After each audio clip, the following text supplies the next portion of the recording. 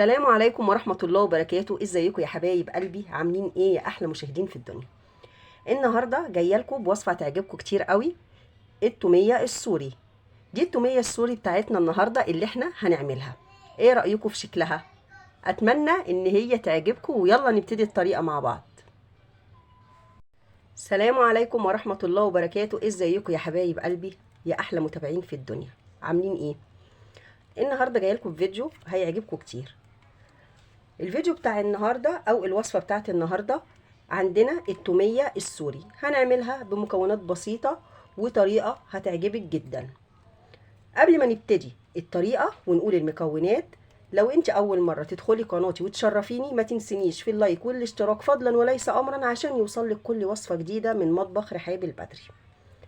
نبتدي المكونات بتاعتنا. عندنا نص كوباية لبن، عندنا ليمونة كبيرة معصورة ومعاها 3 معالق خل كبار، ونص كوباية مية، وملح، ومعلقة توم كبيرة دي متفرزة، وعندنا نشا ده هنستعمله دلوقتي هقول لكم في ايه، وزيت. دي المكونات كلها بتاعة التومية السوري. اول خطوة يا حبايبي هنبتديها، انا عندي الخلاط هبتدي اضيف فيه اللبن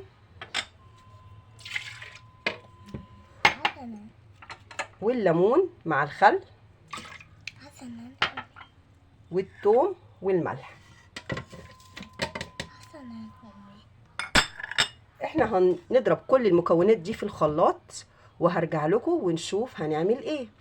كده يا حبايبي رجعنا بعد ما ضربنا كل المكونات اللي قلنا عليها في الخلاط. هعمل ايه دلوقتي؟ هضيف لها شوية زيت، شوية زيت يعني اقل من ربع كوباية زيت.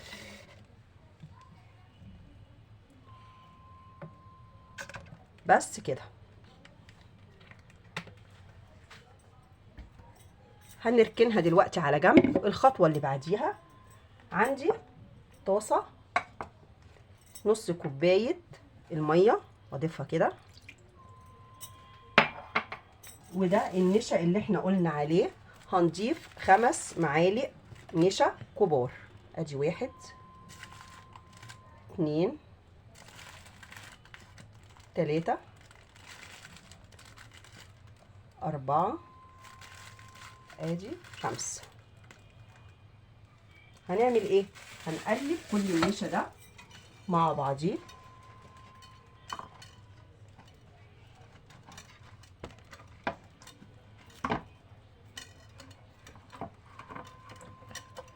ابتدي افكه كده من بعضه، عشان طبعا انتوا عارفين النشا بياخد وقت عقبال ما بيفك.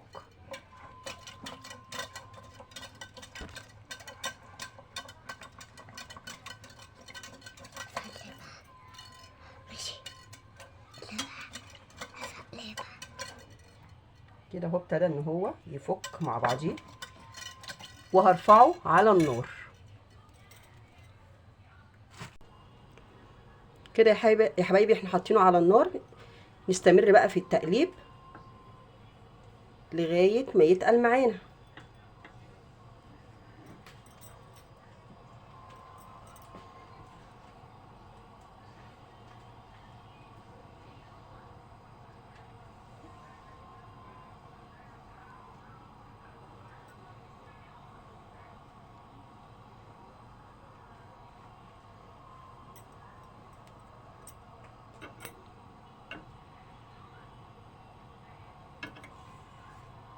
ابتدى اهو يتقل زي ما انتوا شايفين.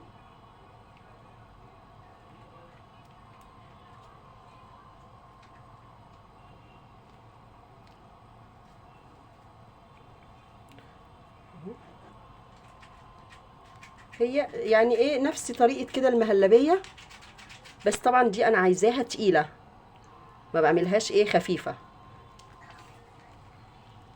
لغايه ما يستوي معايا زي ما انتوا شايفين كده اهو استوى.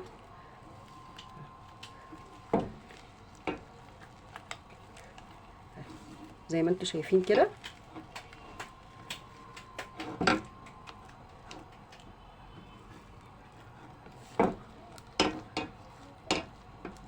ليه انا ما بعملهاش خفيفه؟ هقول لك ليه. لان انا بضيف كل المكونات دي في الخلاط. لو هي خفيفه هتبقى مش نفس التوميه اللي انا بجيبها، هتبقى خفيفه جدا معايا، مش هتديني نتيجه كويسه. انا عايزاها تقيله كده. يلا بقى نحطها في الخلاط ونشوف هنعمل ايه. ابتدي كده اطفي عليها كده. بعد ما احنا طفينا هبتدي ان انا اضيفها في الخلاط قدامكم. انا عايزاها زي ما قلت لكم بالتقل ده. ابتدي كده اضيفها بس كده، وابتدي ان انا اضربها في الخلاط وارجع لكم عشان صوت الخلاط. كده يا حبايبي رجعنا لكم اهو بعد ما ضربنا كل الخليط في الخلاط. بصوا القوام بتاعها،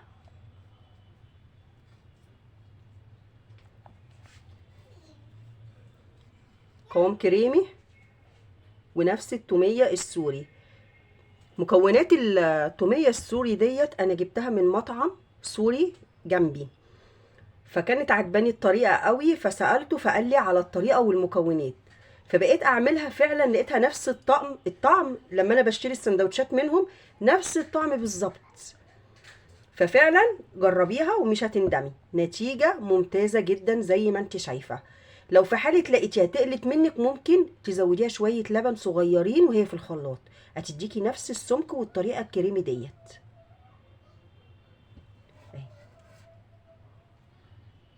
ده السمك. هبتدي بقى احطها واوريها لكم.